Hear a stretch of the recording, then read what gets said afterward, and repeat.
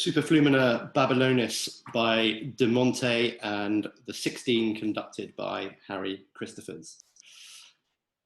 Now, as a special treat this evening, we have not one, not two, but three composers joining us. And the first of those is Bernard Hughes. Bernard, can you hear me? Can you hear us? I can. Can you hear me? Oh my God, this is amazing. Yeah. But you're very, very static there. I'm very... Oh, do you want me to see me as well? Oh, yes. There we are. How's that? Oh, just dress down, is it? Yeah. I didn't realise it was formal attire. Terrific to see you. Now, as you know, we're about to play one of your pieces. Just before we get on to that, let us know how you're getting on. Has this period of enforced isolation, is this in any way a good thing for a composer? Well, in my case, I'm working on an opera which I was very behind with. So, in fact, it's been quite timely for all. Admittedly, the misery and distress, which I wouldn't diminish. It has been a bit of a blessing for me in work terms, yeah. And of course, a lovely time to spend with the family and all of that. Of course, above all else. But no, that is good to hear of anybody sort of finding some benefit in this situation. I'm pleased to hear that. Now, we were due to perform two of your pieces this evening, and one of those again a week on Sunday at Westminster Abbey. It's not to be on this occasion, but we will play two of those pieces shortly. Could you tell us a little bit about this first one, which is a setting of Psalm 56? Yeah, so this won a competition by the choir Elysian Singers a few years ago, where they did performances of every psalm every psalm from 1 to 150, but they couldn't find any settings of Psalm 56. So their competition was to write a Psalm 56. So it's a really interesting and unusual psalm. And I took the decision to eliminate all of the direct references to God. So the setting, the text is quite aggressive and about enemies and being swallowed up, and then ends with a miserere mei, which I go back into the Latin for, so it kind of resolves at the end. But it's quite energetic and quite aggressive, isn't the word, but kind of full of edge. Yeah. We had a great time. We met a few weeks ago and started singing it through, and really enjoyed the sort of the rhythmic nature of it. And that also lent itself quite well, to all our surprises, to this experiment which we're about to hear, and you're going to hear for the first time. Yeah. So I hope it's to your liking. This is as I'm sure many of you listening are aware, that the singers and all musicians have been trying various experiments of putting their line down and then combining as individual tracks to produce a sort of a piece in all its parts. And so we have done that. And so this is Epiphoni Consort, as you've never heard them before, singing Bernard Hughes's Psalm 56. Bernard, thank you so much for joining us, and we'll be working with you in the future. Thank you. Ready?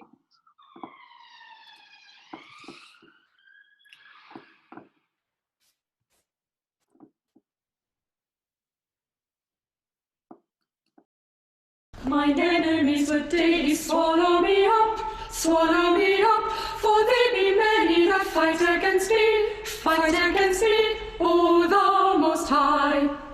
Mine enemies would daily swallow me up, for they be many that fight against me, O thou Most High. Mine enemies would daily swallow me up, for they be many that fight against me, O thou Most High. Every day they rest my words, It was affirmed to me, O thou Most High. For evil. Every day they rest my words, It was affirmed to me, O thou Most High. Against me for evil. What time?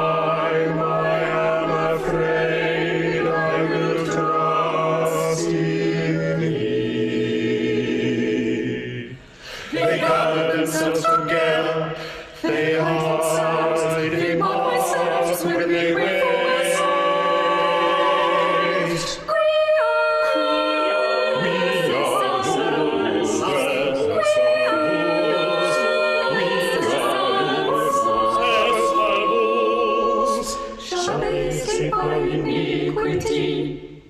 Be merciful unto me, O thou most high, for man would swallow me up. He fighting me, oppresses me. To the chief hills Oh, tell us my wanderings, miserere. Put thou my tears into thy bottle, are they not in thy book?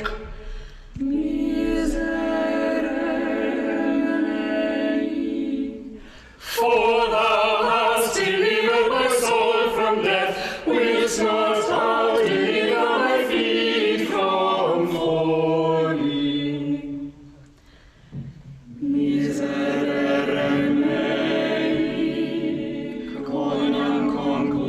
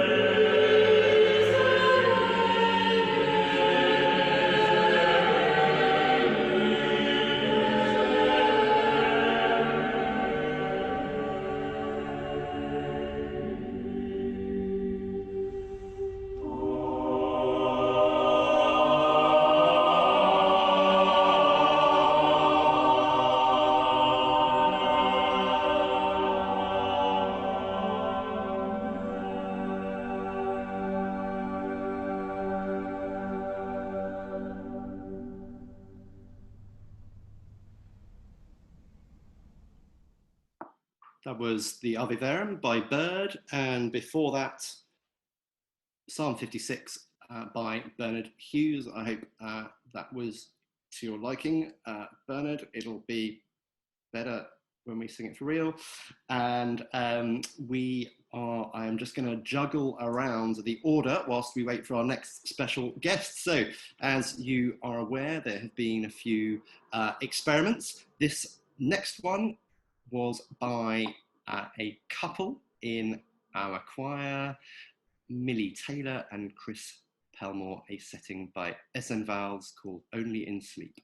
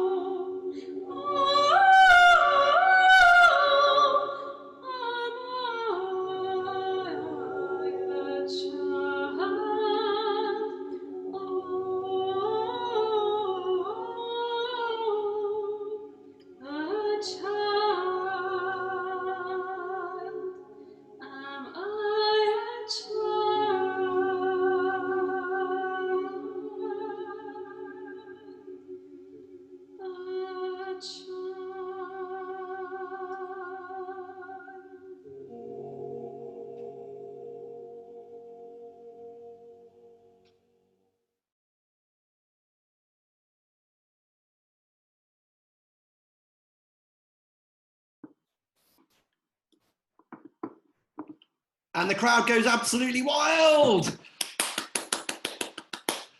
Lovely stuff. Now I had to improvise a little bit there because we were going to have a little chat with our next composer. Is our next composer here? Well, if I'm your next composer and I'm Roderick Williams, then yes, I am here. Roderick Williams, lovely to hear you. Can we see you as well? Now, that depends. I'm going to press the start video function and we'll say, yes, my goodness. Wonderful. Last time I saw you was in the Eurovirus Song Contest, worthy winners. Absolutely brought the house down. Now, Roddy, we've got a sort of long-standing connection with you. Your brother has sung with us. Your brother Mark has sung tenor in our choir since day one. And actually this concert is one of his absolute favourites. And then last year, perhaps actually the year before, we were guest directed by you for Sing Dem Herrn, and also sang in the Bach B minor Mass with you. I sang with you. Yeah. And very modest of you. And earlier in the year we performed the piece that we're about to play, the Arvi Verum reimagined, as I've been thinking of it, reimagined for quarantine. Yes, it's extraordinary. Could you tell us a little bit about this piece? You wrote it for Susie Digby and Aura. Yes, it was part of her plan to put together a CD of pieces, reimagining of all sorts of different works by Bird. And it happened that she gave me this one. And it was a real gift because it's a piece I know and love. And I have to say the deadline came up slightly sooner than I thought. I was actually writing something else for an American choir. And I got a very nice nudge to say, Roddy, you know, the deadline is kind of now, and I slightly missed it. So I wrote at incredible speed, and sometimes that's a really good thing. You don't get a chance to self-edit in the same way. So I just assembled my favorite bits of the Bird and joined them together and let all the scrunches do the talking, basically. I sang it last year in York with your good friend Robert Hollingworth. Wow. And then we were very fortunate to be invited to a concert in Canterbury Cathedral at the start of this year, and we included it in that programme. And then we were planning to perform it tonight. And so instead, we have put it together in this sort of bizarre format of 4 of us recording all 12 parts. You won't have heard it this way before. No. I have to say, my hat goes off to you because what I don't often realise about the music I write is that it can be incredibly difficult, but particularly in terms of tuning. But and it seems very very logical when I'm sitting there trying to write the thing. It's only afterwards that when I look at it sort of objectively, I realise how difficult it is. And I know this to be true because I've sometimes had to sing some of the things I've written, like Adonai. And I find myself thinking, my goodness, this is really, really hard. So how you can do that remotely, how you can tune remotely, well, I don't know what the results are going to be. We'll find out. I wish you well, but I think you're amazing even to try. Challenges, but yeah, we got there. And I think we all would be agreed. It's very much singer's music, and it has challenges, but just exactly the right amount.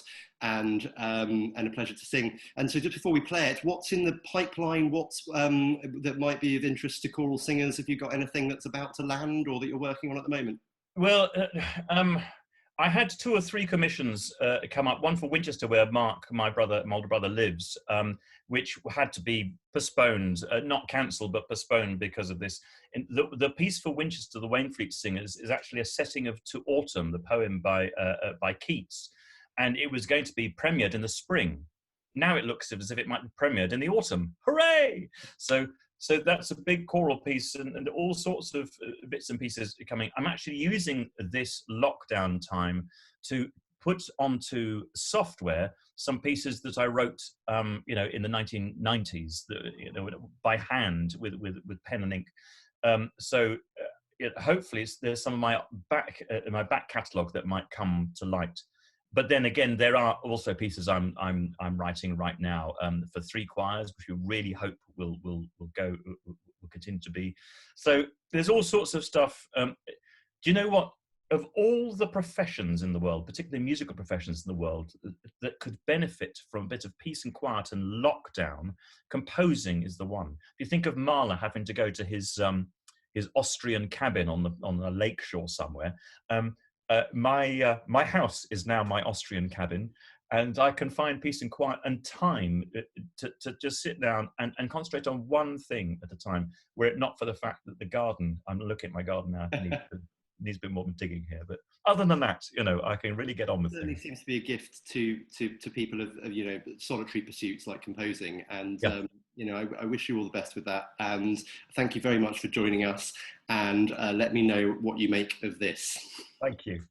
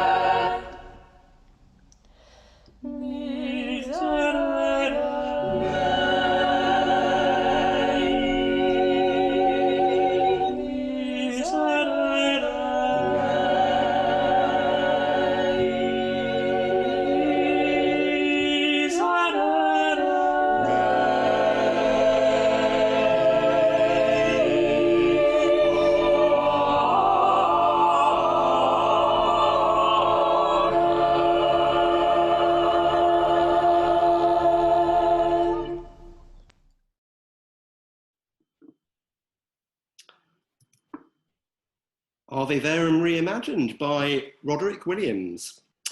And now we are going to cut one short bit of our broadcast. That's the Lassus Missa Bellam Fitrit, which we will instead enjoy performing for you live at some point in the future. So next up are the 3 motets by Stanford, the third of which is really up there with the best known choral pieces, Beati Coram Via. The first, Eustorum Anime, is a setting very much sung and associated with periods of remembrance and mourning, and also the middle motet for double choir, Chelos Ascendit Hodie, for Ascension. And we have 3 separate videos to share with you. We have, first up, St John's College, Cambridge on the Naxos label. And then we have a live performance by National Youth Choir of Great Britain. And then Beati Coram Via will be sung by Voces 8.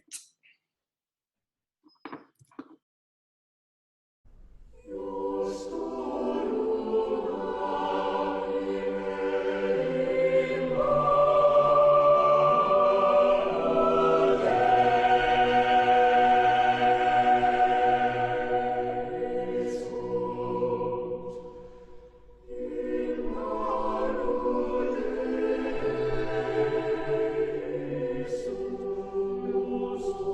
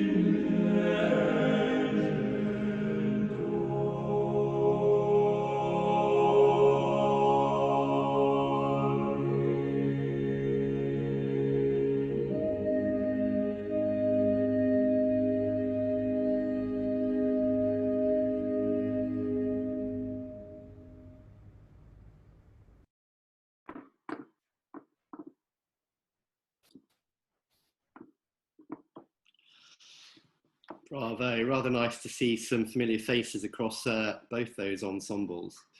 Now we return to Bernard Hughes and the second piece of his tonight that we were planning to perform, which is more at the Easter end of things. And before I press play, I will just show you the score, which shows the text, very interesting text setting of a psalm, but also a poem by Gerard Manley Hopkins. Can I just interrupt quickly, Tim? Oh, hello. Yes, please. I'm here just to say, first of all, I absolutely love all these versions that you've cobbled together, not just my piece, but the Roderick Williams piece, and the guys singing all the parts of home. I just want to say congratulations.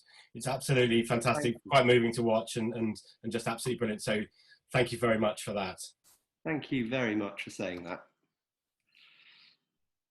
And just bear with me 2 ticks, everybody, whilst I work this out.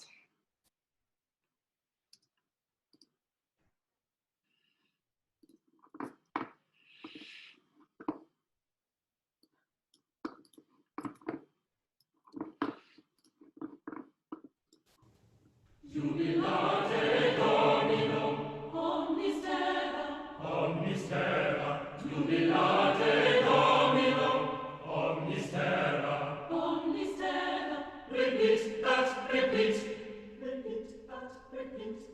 Jubilate Domino, omnis terra, jubilate Domino, omnis terra, servite Domino, Domino in laetitia. Repeat that, repeat. Cuckoo, bird, and open ears, heartstrings, delightfully sweet. Repeat that, repeat. Cuckoo, bird, and open ears, heartstrings, delightfully sweet. With a ballad, a rebound. Incredibili cora meo in laude.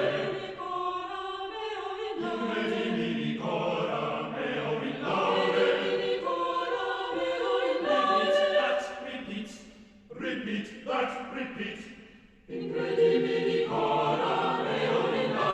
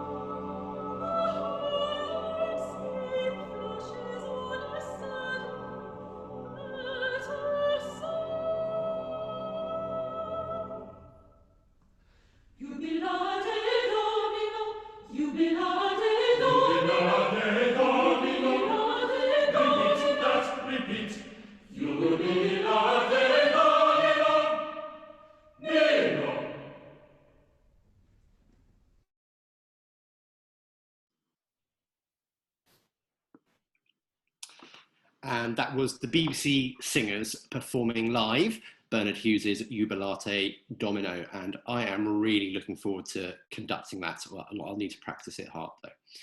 And we're approaching now our final piece of the programme, and this is quite a sort of treat for us, because we're going to be able to play you a final mastered recording of an item from our new disc, which will be released on Delphian Records in June, and we are praying that we'll be able to perform live for that in our scheduled concert on the 2nd of July. And this recording was a complete disc of works by the composer Owain Park, and Owain is going to join us on the call any moment now. Hello. Owain, there you are. You can hear me? Ladies and gentlemen, Owain Park, composer, conductor, organist, singer, and now international quizmaster. Yeah, you've been playing along, Tim. It's particularly good of you to join us when you've got such an important appointment less than an hour away. Hey, look, anything for you guys. Yeah. How are you doing, and how are you coping through this period? Oh, it's been difficult, hasn't it? In fact, actually, this week I've not been particularly well, but I'm sorry to hear that. No, it's all right. But I've been looked after nicely by Hannah, my partner. We're having a nice time, isolated in North London. No outdoor space at the moment, so I was repotting some daffodils today. That's been my sort of outdoor entertainment. But actually, musically, it's been really interesting to see how everyone's adapting, how people are coping with this situation. It's great to see everyone coming together, and hopefully we can obviously continue this spirit after this is all over. Now, Owain, we collaborated with you recently, recording a disc of your music, which was a great pleasure for us. And I'm just going to do the compulsory now. Here it is. Love it. We called it When Love Speaks, choral music by Owain Park. And the vast majority of the texts on here are non-sacred. But the piece that we're about to play is a setting of Holy Excellent. Are you using that as a drinks, Matt, or? No, it's to scare away the birds from the flowers. No, I'm joking. Multifunctional, aren't they? It's because it's hot off the CD player. So. Excellent. And so Holy is the True Light, which has a sort of a commemoration and remembrance sort of note about it. Could you tell us a little bit about your setting? Yeah, of course. So it was written to go at the end of a World War I themed program, music by composers including Judith Bingham, her setting of text by Ivor Gurney. So there's a strong thread of remembrance that goes through the program, and I wanted to, at the end of it all, sort of bring it together. So it starts with a bit of the chant from the Lux Eterna, from the Requiem, and then it kind of sort of unfolds from there, really. So you get a baritone soloist with that, the full choir come in softly underneath. And then there's a sort of series of up and down gestures over a sort of wide, longer period of time within the main choir that eventually lead us to this sort of Elgar quotation at the end for the Alleluias. And then everyone sort of peels off into the distance. So yes, it's an effect that's formed in a kind of recessional. Yeah. It's an effect that's really difficult to do when you're not in the same room with other people, as you can imagine. But thankfully, everyone was for the CD recording. We were, and we had fun trying to recreate that. The engineers did recreating that effect on disc, and we get some really interesting spatial effects with the voices. At that point, there's several solos and sub choirs and things, aren't there?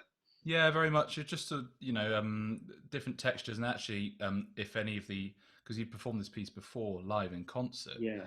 And one of the ways that you can do it is so that different parts of the choir go off in different directions, and so the sound becomes quite different to different members of the audience. And using that spatial effect, I think, is quite effective. It's very moving, and it's something you, with your group Gesualdo 6, do to great effect, is just moving the sound around the space, and there is just something moving about that.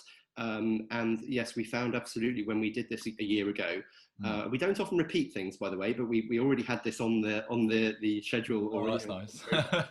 Because it was such an effective way to end the concert a year ago. Well, thanks. Yeah, well, and I think it's easier for us with just 6 people to do the movement, but actually, when you can do it with even greater numbers, I think the effect is magnified. So, no, thank you so much for including it. Thank you, Owain, really very much for joining us. Wishing you all the best, and to see you on the other side, and in particular for your quiz this evening. Yeah, cheers. See you then. Bye for now. And so finally, really just this is our last item, and it's a difficult time for many, for so many different reasons, and there've been bereavements in the choir, family members of the choir, and so we light a candle for you, and we dedicate this final piece, Holy is the True Light, to you.